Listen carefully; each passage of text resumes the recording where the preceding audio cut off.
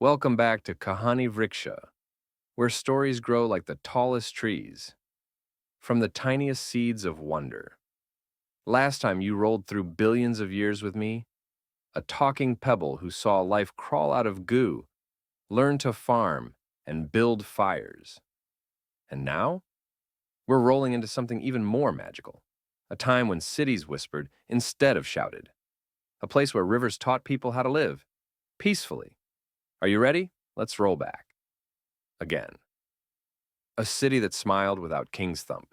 Clunk, roll. That was me. Landing in a place called Mohenjo-daro. No gold thrones, no big angry statues, no kings at all. But oh, what a city.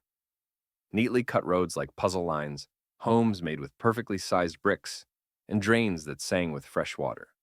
And best of all, people worked together. They built without bosses, lived without wars. Children played with clay carts and little animal toys. Families made pots and painted patterns. No soldiers marched, but joy did. It was like a giant team, playing one fair game, every single day. The magical Great Bath. At the center of Mohenjo-daro stood something mysterious, a giant pool made of baked bricks, with steps on both sides, and water that shimmered like morning light. This was the Great Bath.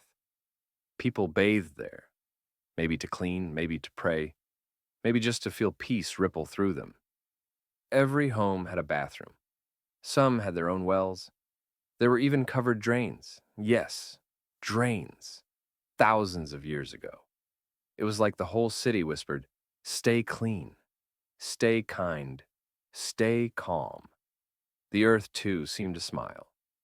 The seals that spoke in pictures. Then I met the seals. Not the kind that clap and bark, no, no.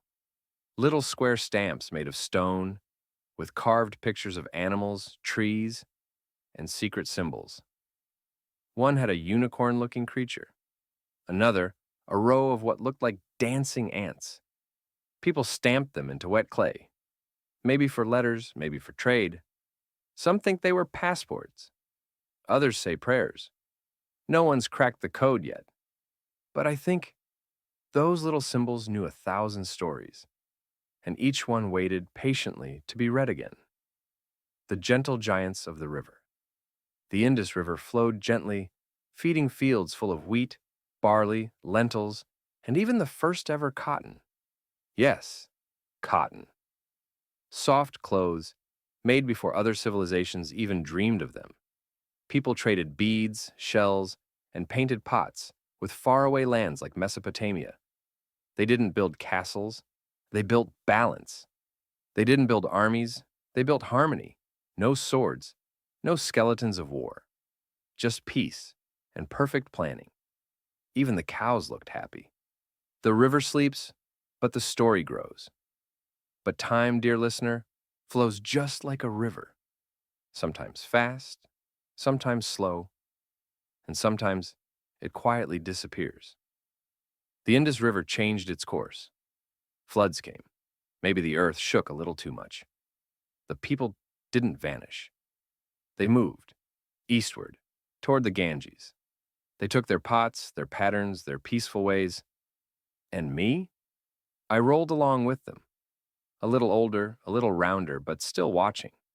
Their wisdom melted into future tales, into languages, into the roots of India's heart. Final reflection, Pebble's wisdom.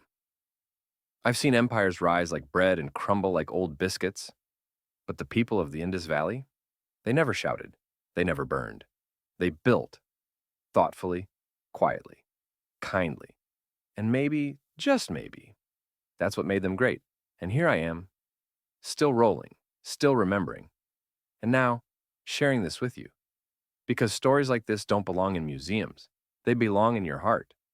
So, my little explorer, did you enjoy our journey from the goo of time to the grace of Mohenjo-daro? If yes, then don't forget to like, share, and subscribe to KahaniVriksha, where the oldest stories bloom into the brightest ideas. Until next time, keep wondering, keep growing, and keep listening. because even a tiny pebble can carry the biggest tales.